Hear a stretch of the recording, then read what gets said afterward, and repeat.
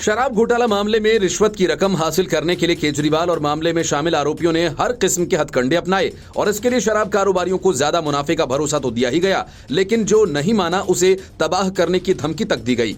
मतलब ये कि शराब कारोबारी आराम से इस साजिश में शामिल हो तो ठीक, नहीं तो उसे अपने साथ शामिल होने के लिए मजबूर किया गया और जबरन रिश्वत की रकम वसूली गई।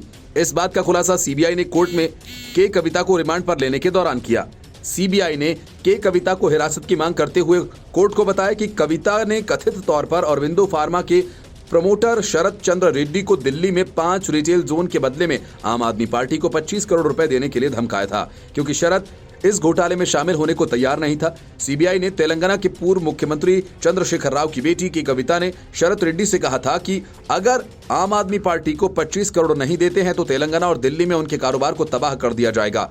दिल्ली शराब घोटाला से जुड़े मनी लॉन्ड्रिंग केस में शरद चंद्र रेड्डी अब सरकारी गवाह हैं और इस केस की जांच का जिम्मा ईडी के पास है। सीबीआई ने भी अभी तक शरद रेड्डी के खिलाफ कोई चार्जशीट दाखिल नहीं की है।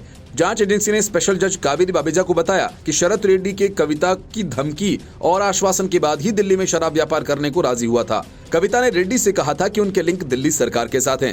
राजधानी में बनाई गई नई शराब नीति के तहत कारोबार में मदद की जाएगी। सीबीआई ने आरोप लगाया कि के कविता ने शरद रेड्डी से कहा था कि शराब कारोबार करने के लिए आम आदमी पार्टी को हर एक रिटेल जोन के लिए 5-5 करोड़ रुपए का भुगतान करना है और इतना ही नहीं, भुगतान उनके साथियों अरुण आर पिल्लई, अभिषेक बोयनपल्ली को करना है, जो बदले में विजय नायर को कोऑर्डिनेट करेंगे, जो कि अरविंद केजरीवाल का प्रतिनिधि था। सीबीआई ने कहा कि आम आदमी पार्टी को 100 करोड़ की रिश्वत अरेंज करने में के कविता का बड़ा रोल रहा है। के कविता अरविंद केजरीवाल के साथ मुख्य साजिशकर्ताओं में से एक हैं।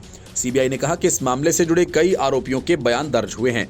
होटल ताज में हुई बैठक मार्च-मई 2021 में जब आबकारी नीति बनाने की प्रक्रिया जारी थी, उस वक्त अरुण पिल्लई, बुच्ची बाबू, बोयनपल्ली ये सब दिल्ली में होटल ताज में ठहरे हुए थे। इतना ही नहीं, विजय नायर के कविता के संपर्क में था।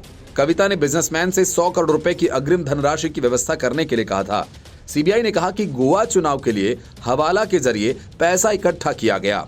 हवाला कारोबारियों के बयानों से करीब 12 करोड़ गोवा भेजे जाने के पक्के सबूत भी हाथ लगे हैं। हमने व्हाट्सएप चैट भी फाइल की है। ये धनराशि गोवा में आम आदमी पार्टी से जुड़े एक व्यक्ति को प्राप्त हुई है। Bureau report, news of India.